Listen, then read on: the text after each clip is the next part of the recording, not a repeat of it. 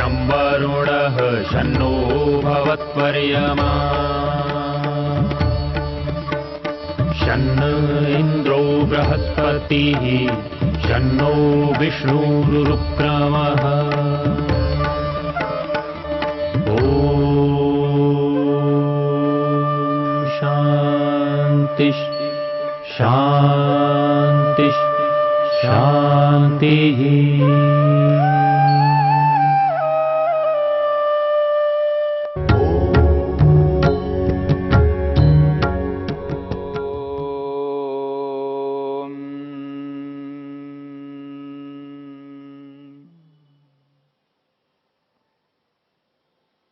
समाधि पाद के 46वें सूत्र को लेकर के हम विचार कर रहे हैं।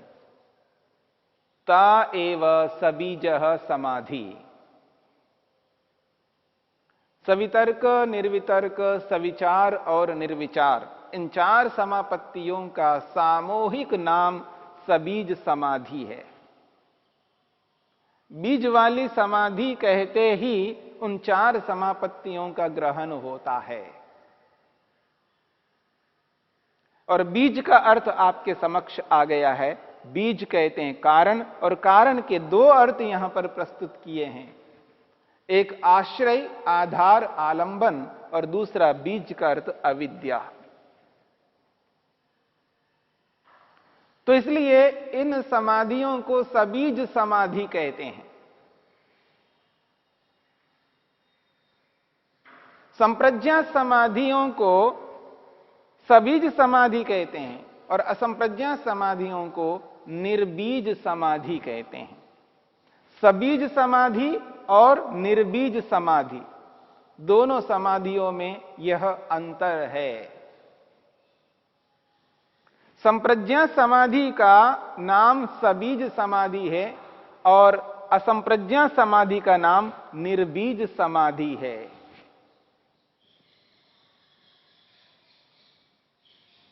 असंप्रज्ञा समाधि जिसमें केवल एक वस्तु है, और संप्रज्ञा समाधि में 27 पदार्थ हैं। संप्रज्ञा समाधि में जिन पदार्थों का साक्षात्कार होता है वे पदार्थ 27 प्रकार के हैं। 5 स्थूल भूत, 5 सूक्ष्म भूत 10 पदार्थ हैं, 5 ज्ञानेन्द्रियां, 5 कर्मेंद्रियां 20 पदार्थ हैं, मन 21वां पदार्थ है, अहंकार 22वां पदार्थ है, महतत्व रूपी बुद्धि 23वां पदार्थ है, सत्व, रज और तम ये 3 पदार्थ, तो 26 पदार्थ हुए हैं। और जीवात्मा, आत्मा, मैं स्वयं 27वां पदार्थ। 5 स्थूल भूतों से लेकर जीवात्मा तक 27 पदार्थों का साक्षात्कार संप्रज्ञात समाधि में होता है। और संप्रज्ञा समाधि के 4 भेद हैं जिनको लेकर अभी तक हमने विचार किया है। और असंप्रज्ञा समाधि में केवल एक ही पदार्थ है जिसका नाम परमपिता परमेश्वर है, जिसके लिए यह मनुष्य जीवन है, जिस उद्देश्य को प्राप्त करने के लिए हम जीवन यापन कर रहे हैं। और असंप्रज्ञा समाधि में केवल परमात्मा का साक्षात्कार होता है। और उस असंप्रज्ञा समाधि का एक और नाम दिया है निर्बीज समाधि। एक सबीज समाधि है और एक निर्बीज समाधि है। सबीज समाधि कहते हैं संप्रज्ञात को और निर्बीज समाधि कहते हैं असंप्रज्ञात को। और बीज का अर्थ आपके समक्ष आ चुका है। बीज किसे कहते हैं? महर्षि वेदव्यास ने इस 46वें सूत्र की व्याख्या की है, अति संक्षेप से की है। वो कहते हैं ताह चतस्रः समापत्तयः, ता चतस्रः समापत्तयः बहिर्वस्तु बीजा इति सबीजः समाधि। ता चतस्रः समापत्तया, वे चारों समापत्तियां यानी सवितर्का, निर्वितर्का, सविचारा, निर्विचारा, ये चारों समापत्तियां बहिर्वस्तु बीजा इति समाधिरपि सबीजः, ये बहिर्वस्तु बीज वाली हैं। सबीज तो कही है बात, लेकिन यहां बहिर्वस्तु कहा है। बहिर्वस्तु का मतलब बाह्य वस्तु, और बाह्य शब्द का प्रयोग किया है, बहि का शब्द किया है प्रयोग। जैसे योग के 8 साधन हैं, योग के 8 साधन हैं, यम, नियम, आसन, प्राणायाम, प्रत्याहार, ये 5 साधन को बाह्य साधन कहते हैं। और धारणा, ध्यान, समाधि, इन तीनों साधनों को आंतरिक साधन कहते हैं। बाह्य साधन 5 और आंतरिक साधन 3। तो ये बाह्य साधन क्या, आंतरिक साधन क्या है, लक्ष्य को ध्यान में रखते हुए ये बात कही जा रही है। क्योंकि बाहर और अंदर ये जो व्यवहार होता है, ये मुख्य रूप से अवयवों में होता है। अनेक अवयवों का एक समूह, एक झुंड मिलकर के एक वस्तु के रूप में जब निर्माण होता है, एक कार्य पदार्थ के रूप में आता है, वहां पर बाहर और अंदर का प्रयोग होता है। बाहर के अवयव और अंदर के अवयव, क्योंकि वहां पर अनेक अवयव है, अवयवों का समूह है। तो जहां कार्य पदार्थ होते हैं, वहां पर अवयवों का जो समूह होता है, सारे अवयव हमें दिखाई नहीं देते हैं। बाहर के अवयवों को आप देखेंगे तो अंदर के अवयवों को देख नहीं सकते। जब अंदर के अवयवों को देखेंगे तो बाहर के अवयवों को देख नहीं सकते। लेकिन अवयवी के रूप में, इकाई के रूप में एक वस्तु को तो हम देखते हैं। तो जो अंदर और बाहर का जो प्रयोग होता है वो अवयवों में होता है, पर यहां कोई ऐसे अवयव नहीं है। फिर भी यहां पर कहा जा रहा है बहिर्वस्तु भूता, ये बाह्य वस्तु है। बहिर्वस्तु बीजा, ये बाह्य वस्तु बीज वाली है। जब ये बाह्य वस्तु बीज वाली है तो वो निर्बीज समाधि में वहां बीज ही नहीं है। और वो अंतः समाधि है, वो अंदर वस्तु है, और ये बाह्य वस्तु है। तो बाह्य और आंतरिक ये दोनों प्रयोग मुख्य अर्थ में अवयवों में होता है, पर यहां पर अवयव नहीं है। फिर भी यहां पर बाह्य और आंतरिक का जो प्रयोग हो रहा है, ये निकटता और दूरता को लेकर के, किसी लक्ष्य को ध्यान में रख करके जो साधन दूर का है उसको बाह्य कहा है, और जो साधन निकट के हैं उसको आंतरिक कहा है।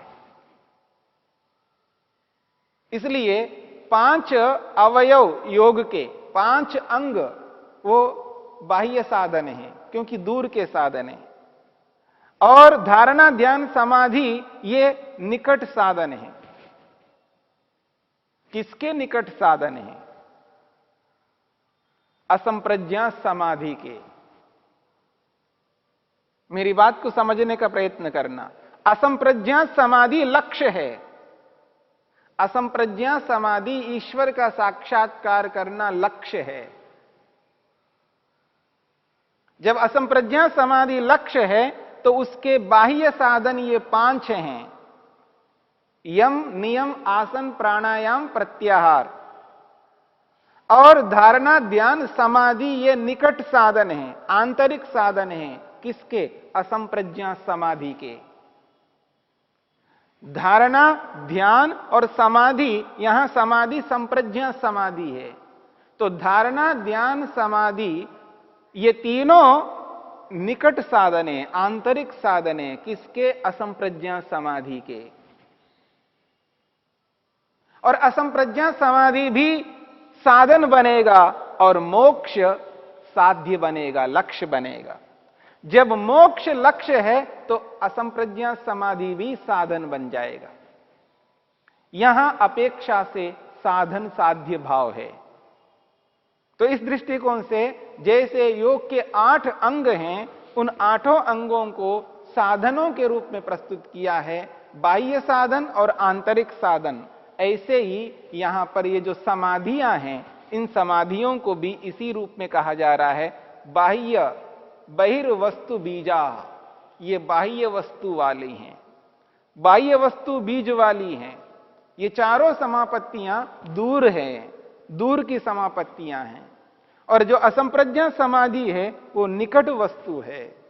किसके लिए? मोक्ष के लिए। और दोनों ही साधन हैं, दोनों को साधन कहा है। ये बाह्य वस्तु बीज वाली होने से इन समाधियों को सबीज समाधि कहते हैं, और असंप्रज्ञा समाधि को निर्बीज कहते हैं। सबीज और निर्बीज। और उपसंहार करते हुए महर्षि वेदव्यास कहते हैं, तत्र स्थूले अर्थे, तत्र स्थूले अर्थे सवितर्को निर्वितर्कः, सूक्ष्मे अर्थे सविचारो निर्विचारा इति चतुर्धा उपसंख्यातः समाधिरिति। उपसंहार करते हुए महर्षि वेदव्यास कहते हैं, तत्र उन समाधियों में, स्थूले अर्थे स्थूल पदार्थों के विषय में, सवितर्क और निर्वितर्क ये 2 समाधियां हैं। स्थूल पदार्थों के साक्षात्कार के लिए 2 प्रकार की समापत्तियां हैं, 2 प्रकार की समाधियां हैं, एक सवितर्क और एक निर्वितर्क। सूक्ष्म अर्थे और सूक्ष्म पदार्थों के साक्षात्कार में सविचार और निर्विचार, ये 2 प्रकार की समापत्तियां हैं। इस प्रकार से चतुर्धा उपसंख्यातः समाधिरिति, 4 प्रकारों से इस संप्रज्ञा समाधि का कथन किया है। चतुर्धा उपसंख्यातः, 4 प्रकार से उपसंख्यातः कहा गया है। किसको? समाधि, संप्रज्ञा समाधि को। संप्रज्ञा समाधि को 4 प्रकारों से बताया है, और इन चारों प्रकारों में 2 भेद किए हैं, 2 विभाग किए हैं, एक स्थूल और एक सूक्ष्म।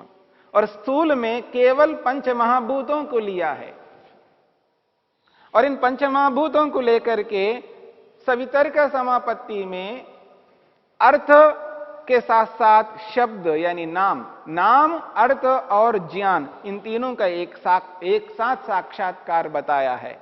और निर्वितर्क समापत्ति में केवल अर्थ का साक्षात्कार बताया है।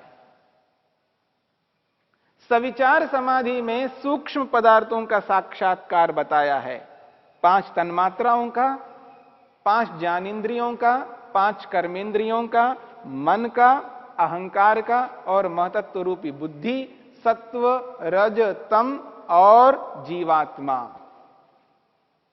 इन सब पदार्थों को सूक्ष्म पदार्थ माना है, और सविचारा समापत्ति में इनका साक्षात्कार होगा। परंतु सविचारा समापत्ति में जब इनका साक्षात्कार होगा, वह साक्षात्कार किस रूप में होगा? नाम के साथ में, अर्थ के साथ में, ज्ञान के साथ में, शब्द, अर्थ, ज्ञान, और इन तीनों के साथ में स्थान, काल और निमित्त, ये भी साथ में जुड़ जाते हैं सविचारा समापत्ति में। और निर्विचारा समापत्ति में केवल अर्थ मात्र वहां पर रहेगा, केवल अर्थ। इस रूप में चतुर्धा उपसंख्यातः समाधि, 4 प्रकारों से संप्रज्ञा समाधि को कहा गया है। अब थोड़ा सा इस बात को लेकर के विचार करना है। संप्रज्ञा समाधि को सबीज कहा है और असंप्रज्ञा समाधि को निर्बीज कहा है। और सबीज, बीज का एक अर्थ सहारा, आश्रय, आलंबन लिया है। जब संप्रज्ञा समाधि लगती है तो मन के आश्रय से, मन के सहारे से संप्रज्ञा समाधि लगती है। और जब असंप्रज्ञा समाधि लगती है तो उस असंप्रज्ञा समाधि को निर्बीज कहा है, यानी वहां बीज नहीं है। और बीज का एक अर्थ बताया है आश्रय, आलंबन। और वहां बीज नहीं है यानी आलंबन नहीं है, इसलिए उस समाधि को निर्बीज कहा है और उसी निर्बीज समाधि को निरालंबन समाधि कहा है, आलंबन रहित समाधि कहा है। यानी असंप्रज्ञा समाधि की स्थिति में मन जिस प्रकार से संप्रज्ञा समाधि में सहयोग करता है, साक्षात्कार कराता है, ऐसा असंप्रज्ञा समाधि में नहीं करता। मन का काम रुक जाता है, मन साक्षात्कार नहीं कराता है, वहां आत्मा स्वयं परमात्मा का साक्षात्कार करता है। ये अंतर है दोनों में।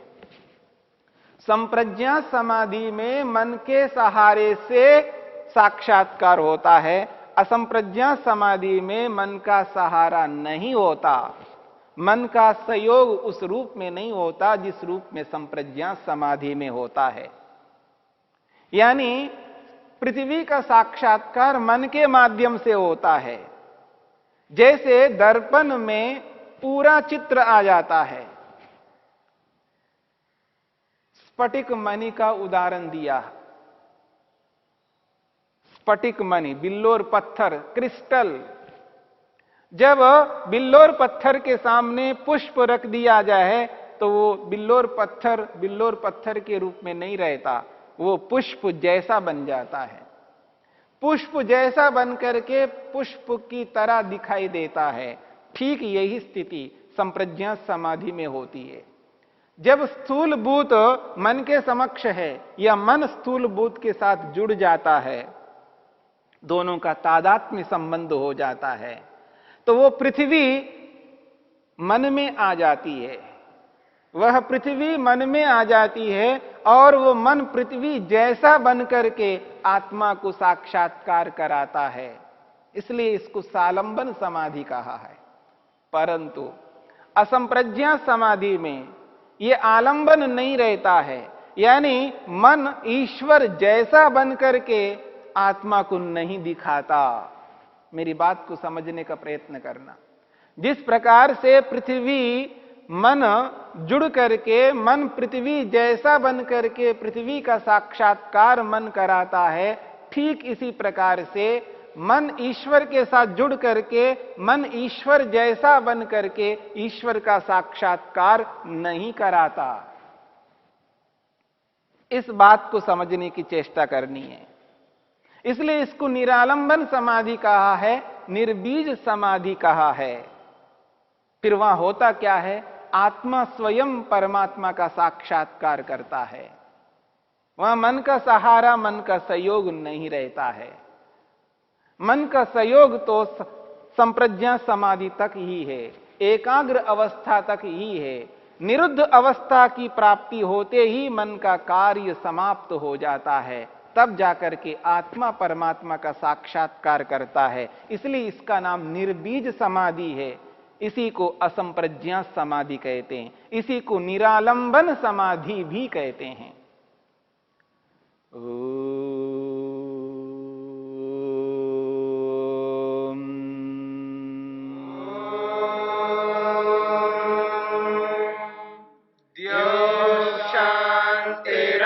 शांतिरंतरिक्षं शांतिर्पृथिवी शांतिरापः शांतिरोषधयः शांतिः वनस्पतयः शांतिर्विश्वे देवाः शांतिर्ब्रह्म शांति सर्वं शांति शांतिरेव शांति शाम